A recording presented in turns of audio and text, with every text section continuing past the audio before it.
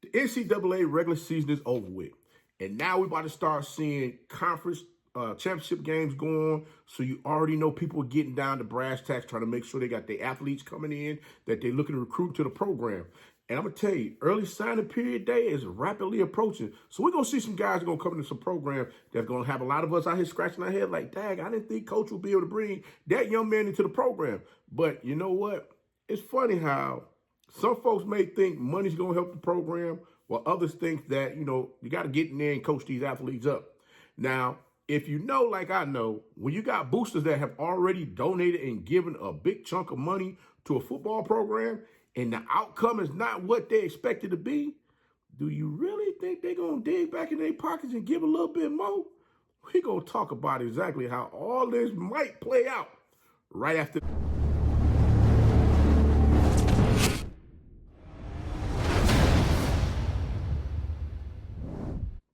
You know it's your favorite coach back at it again. 10 toes down, about to tell you how it all went down. This is Tomorrow Sports Network with your host, Coach Walker. If you're new to the channel, please like, share, subscribe. Hit that notification bell so you can get all upcoming videos. For all my leaders out there, welcome back. Y'all know the drill. Y'all know the routine. If you haven't done so already, please like, comment, share these videos, and tap in a friend or two. Listen, y'all know what the common moniker is when I get on here and do this thing, when I talk about, hey, this is the HBCU channel. But guys, you know what? We widen this thing out a little bit, because we're going to, like I said before, we're going to talk about some hot topics. We're going to talk about some things that's a little crazy out there that make you scratch your head and say, does that really make much sense?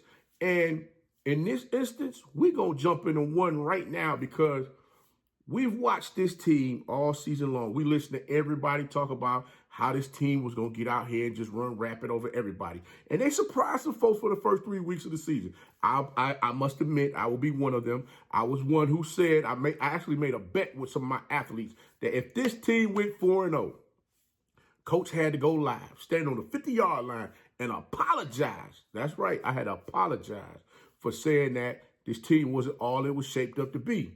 Well, they got to game 4, and guess what? They fell a little short. And coach got away with that one. No problems at all.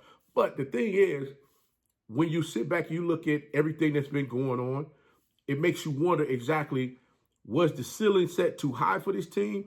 Or was the ceiling set just right and what everybody saw was to be expected? I mean, some folks was expecting them to win a national championship or be in those talks to win a national championship, while others, they were just hoping after things started going a little crazy, they would just become bowl eligible. And it didn't happen. I mean, you got people like Skip Bayless, Stephen A. Smith, Keyshawn Johnson, Richard Jefferson, Michael Irvin, the playmaker. You got all these folks out here talking about how this team was just what they were going to get out here and just do so much against so many of these other programs. And now they're trying to say that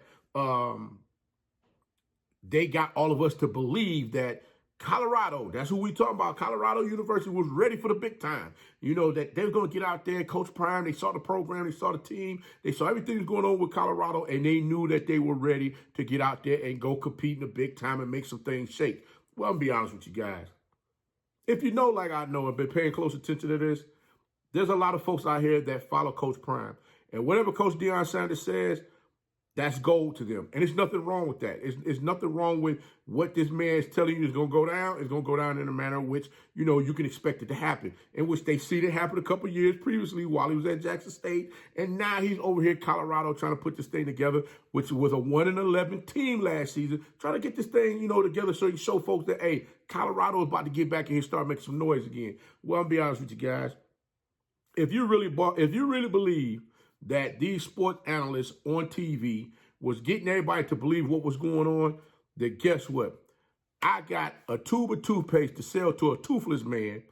Let him know if he used this empty tube of toothpaste on his gums, all his teeth gonna come back. Now, I'm just saying, y'all can play with it if you want to, or you can hear what I'm trying to tell you. Because listen, when I sit and I look at all of this that's going on, I said, look, guys, I stated to you guys earlier, before the season started, that they were going to be a 3-8 team. I got called a hater. I got called everything but the name of God as far as me going against the grain, as far as what to expect. And guys, you got to understand, when people sit down and really look at this stuff, as far as the direction that, some things could go, you have to understand that there's a reason why they're saying this. It's not just because they're trying to be funny or have some type of a negative feeling towards anybody. No, that's not it at all. It's the bottom line is looking at the structure of the team, you knew what was going on. So I say all of that to say this. Looking at what Shadur Sanders was able to do this past season, I mean, the young man had another phenomenal season. I mean, he broke another record. Yes, he broke a record while he was at Jackson State. Now he's broken a single season passing record while at the while at Colorado University, in which he was able to throw for 3,230 yards on the season. Salute, King, on your accomplishment. That's a phenomenal feat. I'm glad to see that you out here putting these records up, not only in the FCS at an HBCU institution, now you're doing it over here at a Power 5. Great, good stuff. Keep on doing what you're doing. But this is my thing. I need Coach Prime. I need you to do me a huge favor, sir. Let everybody at Colorado, you let everybody over at Colorado know that Colorado University is not an ATM. But now you're asking the boosters for additional financial help because you got to get out here and pay these players. Well, Coach, you got the athletes to come in before based off of you having a conversation. You said yourself, the university is not an ATM. You stated that if these athletes want to come play for Colorado, it's because they want to come here and play for the team. What happened to that? Coach, I know the young man that you were trying to get over to Jackson State that chose to go to Texas A&M. I know that's egging you because you cannot believe, like, wait a minute, how the heck did I lose this young man to Texas A&M? This young man was supposed to be coming to me. How did I lose him to them? Yeah, they put the bag on him. They put the bag on him. But the thing is, like you stated before, you understand where a lot of these young men are coming from as far as the dynamics of their environment. The environment that they're currently in right now, where they're trying to find a way to get their mama up out of the situation. And the only way to do that, and guess what? Hey, NIL is there. They're gonna be looking for somebody to do something. And it's high time that folks go ahead, kick in, and do whatever it is that they're gonna do. If not, then you got to go back the traditional way, as well as trying to go the new way, as far as coaching these athletes up, building these athletes up so that as they come through, everybody's ready to do their thing and keep on moving forward. So it's not a drop off. So when your big time player fall off and he can't get out there on the field to produce, now you got this other young man that you've been building up to come in there, been coaching him up, got him ready to come out there and compete. He's able to do his thing. And that's the part I believe that you're missing with this, because one thing I say is this: we got to cut out all the mess. Because my thing is, at what point in time are we going to understand that the recruits that's coming in, you got to coach those recruits up and build them up? You can't expect athletes that's coming out of a transfer portal all the time is going to be able to get out there and do what they need to do on behalf of what you're expecting them to do out there on the field, and it all goes swimmingly. It's not going to happen that way. Look at what Lincoln Riley did over there at USC. Yes, last year he went, 11? He won 11 games last season. This year he only wins 7. The thing is, looking at how everything has transpired thus far throughout this first season while over at Colorado, I'm just looking at some things that just continuously keep repeating themselves from your previous stop. And all I'm saying is, it can't always be somebody else's fault as far as what's going on. I mean, you call yourself a great coach. Well, guess what, coach? You got to get out there and coach. You and your coaches going to have to get out there and coach. You're going to have to show these folks exactly what it is that you're bringing to the table, and just not the flashy bling bling things that everybody is seeing. They want more cluck for their buck. That's what they want. They don't want to hear all that extracurricular conversation. They want to see the wins. They want to see the column fill up in wins. Yeah, you gave them 3 additional wins this season. I'll give you that. But as I stated to you before, Lincoln Riley had 11 last year, 7 this year. My question to you is this: Did everyone in the Pac-12 get better, or did USC get worse? Now, if you can't answer that question, ask Keyshawn Johnson, Mr. USC himself.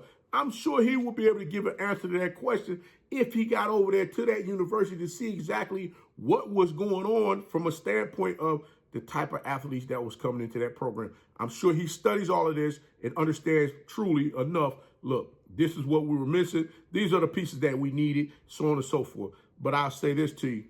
On those couple of extra wins that you got this season, one, who was at Nebraska? They didn't have a quarterback. Matt Rule got in there with that program and they didn't have a quarterback that was going to come out there and be able to lead them up and down the field.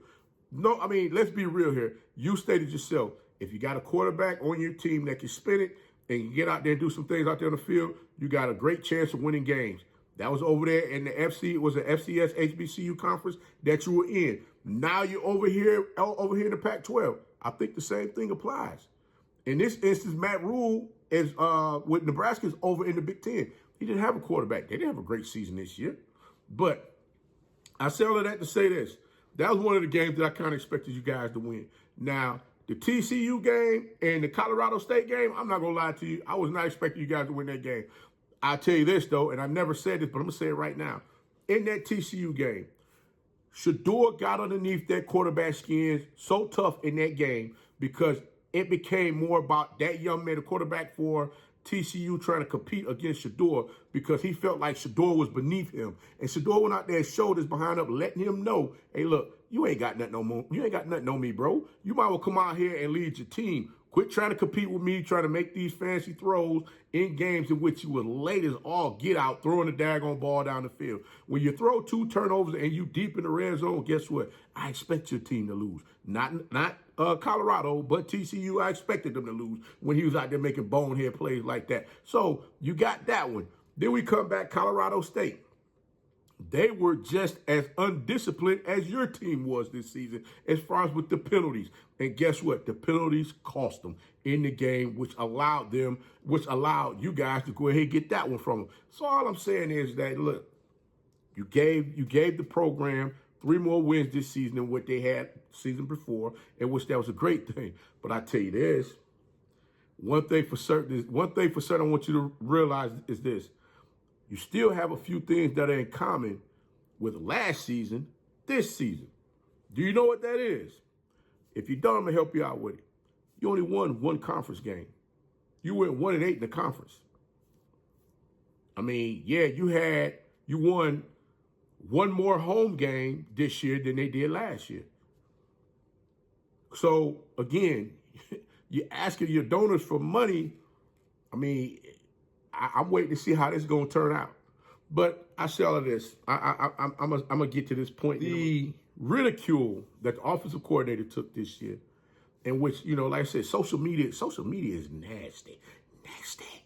When I tell you, you got people online calling the offensive coordinator, the former head coach at Kent State, Coach Lewis, calling him a saboteur of the offense. He's sabotaging the offense. I said, wow, he's a saboteur? Man, that's cruel to put that title on somebody. And I say that because of the fact that I remember you making that change right before the Alabama A&M game, which you had who's now the head coach of Jackson State. You made him the offensive coordinator the weekend of that game against Alabama A&M, in which y'all went out there and put up 60 points on them folks, which it should have been worse than that. So I say to you, here we go again. And the funny thing about it is, I don't think anybody ever spoke on it, but I think you changed up the offensive coordinator again in the Celebration Bowl. Now, if I'm wrong on that, I'm sure there's going to be some Jackson State folks that's listening, that's watching this show. Y'all please leave your comments below and let me know, hey, Coach, no, you're wrong about that as far as him changing the coordinators back. But I say all of that to say this. The playbook that you're playing from, Coach Prime, it's time to change it. It's time to actually get out here and coach these athletes up that you bring into the program. It's time to let everybody know exactly what's really going on here. It can't always be somebody else's fault, because at some point in time, you have to look at the fingers that you pointing this way, look at the ones pointing back at you. Got 3 of them to this one. You pointing ahead, everything pointing back at you. So at the end of the day, yeah, you can say, oh, it's my fault. But when I even look back at the offensive line that you had while you were at Jackson State, all of this that's set up mimics what you got going on now at Colorado, set up similarly to how you had it at Jackson State.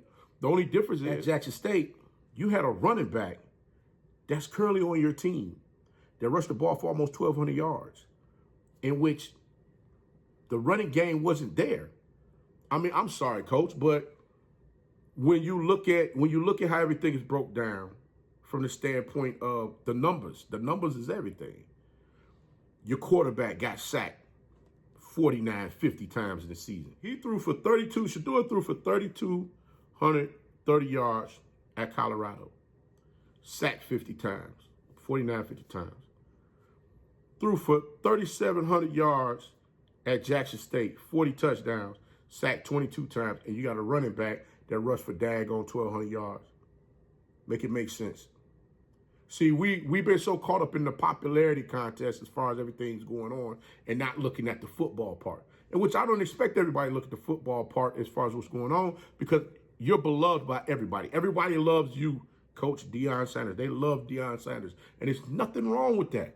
But what I'm saying is, at what point in time are we going to start holding folks' feet to the fire and say, hey, you're not giving us back what you say you're going to give us, from the standpoint of making sure the athletes are prepared to get out there on the field and do what they need to do.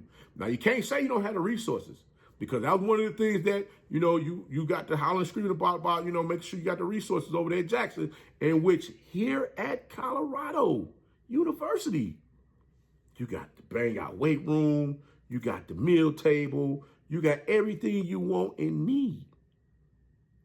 Why them athletes ain't mentally and physically ready to get out there on the field to do what they need to do? Again, what are we doing? So I say all of that to say, I know the good fans over there at Colorado University, they probably sitting back thinking to themselves like, man, do we go ahead and pour some more money into what's going on, or do we go ahead and shut this thing down and say, you know what, hey, you're going to make do with what you got, and let's see what you can do next season before we go ahead and pour any extra money into this thing.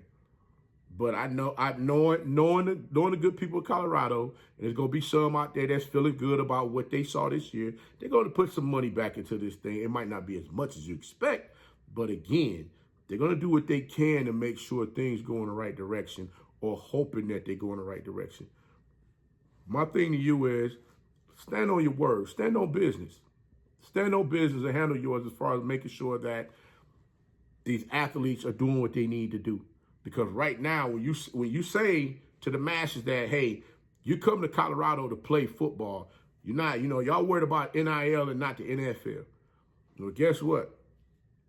When athletes see other athletes driving big money cars on campus, things of that nature, all the jewelry, all of the bling, all of the grills and stuff like that, they're gonna get attached to that. They're gonna want to become a part of that.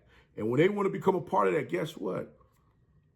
You have to really sift through to find out who's really in and who's really out, who's really for it and who's really not for it. Because everybody can put on the front, and it's not like you're gonna turn away a kid that's really gonna be that guy that you might want or need at a position. You're gonna tell them, no, you don't need him. You're gonna bring that guy in there. So all I'm saying to you is, at what point in time is things gonna change when we get to coaching the athletes? Because right now, it don't look like that's what's going on. This is not the days of back in the late 80s and early 90s where we had Florida State, Miami. They was out there running rump shy. They was just chumping folks like it was good, and people just was shivering in their boots, and they gave up trying to play them in these games. Now, these athletes, some of these athletes that's out here playing ball, they got something to prove to themselves, and they ain't backing off like that. So trust me, they're going to come in next season looking to do the same thing to you that they did this season. And then you're going to have some athletes that was within the program that's going to be sitting there looking at their options, trying to figure out, okay, which direction do I go? Or better yet, you're going to let them know you don't need them. Either which way it go, the good people over at Colorado University, they're going to be looking for some return on their investment. Because, yeah, they might be happy with the additional win, as I stated before, the additional home win that you got. But again, you only won one game in the conference. One, which is the same that was won last season. So we're going to see how all of this turns out, because, again, people ain't going to invest their money in something and not get a return on it. And, I mean, yeah, you packed the house. You got sold out crowds as far as ticket sales and all of that. These folks want to see what they want to see, and that's a contender, not a pretender. So Coach going to go ahead and get up on out this thing, but we're going to see how this thing turn out and go, because I'm sure Coach Prime going to get the good folks in Colorado. Another great recruitment class is going to come on in there. But I'm saying right now, these folks is not going to sit idly by waiting to see exactly what you're going to do. Because if you come out there next season and it's not what it's supposed to be, it's going to be some problems. But guys, and the problem's going to be is they're going to want change. They're going to want change. So I'm hoping Coach Prime gets this together, because it's not about seeing him fail. It's about seeing him follow through and do what he needs to do to make sure that things go in the manner in which they're supposed to, in which he stand on business, which he said he wants to win. In the 2 years, in the 3 years that he's been a coach, three football seasons he's been a coach, this now being his 4th, he's never lost like this before. So I'm just like myself is waiting to see exactly how this is going to go. But guys, we're going to go ahead and get up on out of here. But until next time, be the one and lead.